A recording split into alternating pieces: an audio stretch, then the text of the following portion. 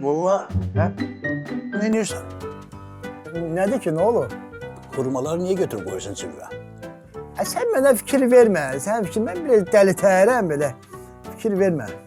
Deli tersense, onda çıkart biraz pul koy da cebime. Ben sənə dedim, biraz dəliyəm də, axmaq deyiləm ki.